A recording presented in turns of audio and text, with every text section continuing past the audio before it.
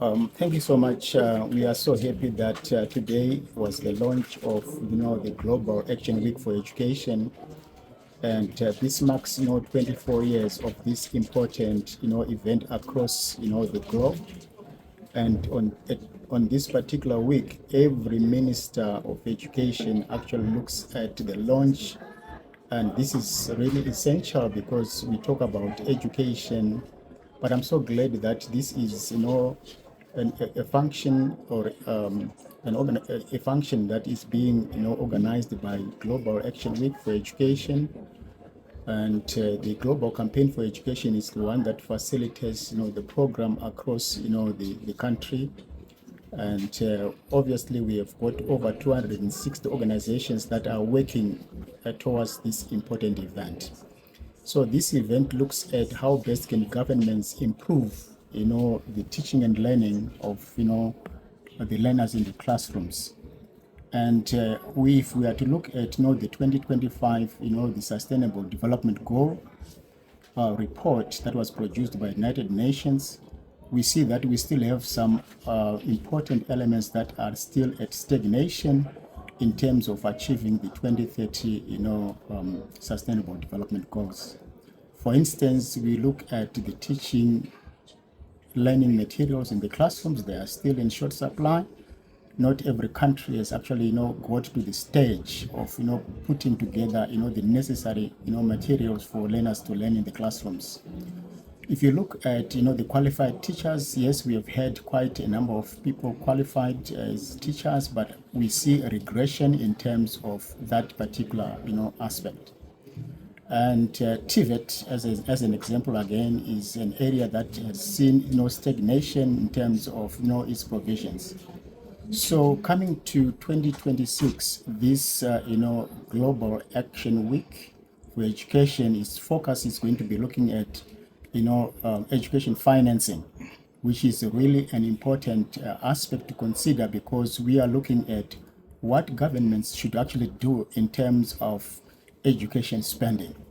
And I'm sure, according to the declarations that were signed by our presidents across the globe, there is a situation to say that we need, 4 to 6% GDP spent on education, or we can talk of 15% to 20%, national education, budget given to each and every ministry of education.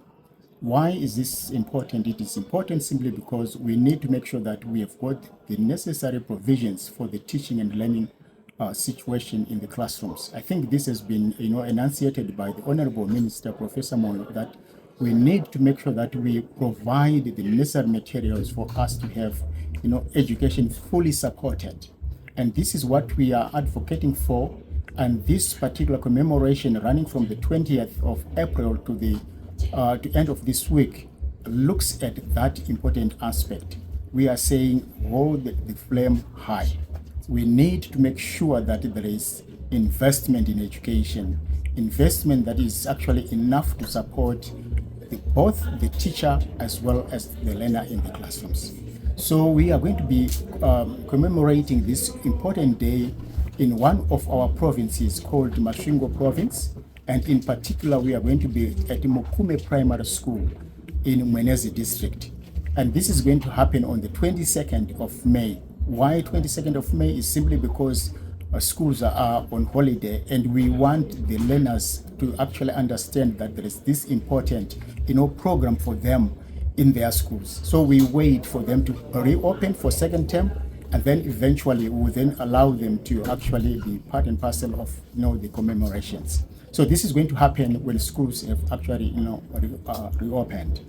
And at the same time, I think there was a very important question that was asked: why are we involving the youth, or where are the youths and the children and the learners? We want them to be present because they need to know that education is their fundamental right, and it is really important for them to actually entail the education and have, proper funding that supports, the teaching and learning situation. So we are happy that this has been launched in Bulawayo at ZITF, and we're looking forward to the great commemoration that is going to take place in May, where all our partners in education particularly membership of Education Coalition of Zimbabwe, are present to support, this noble idea.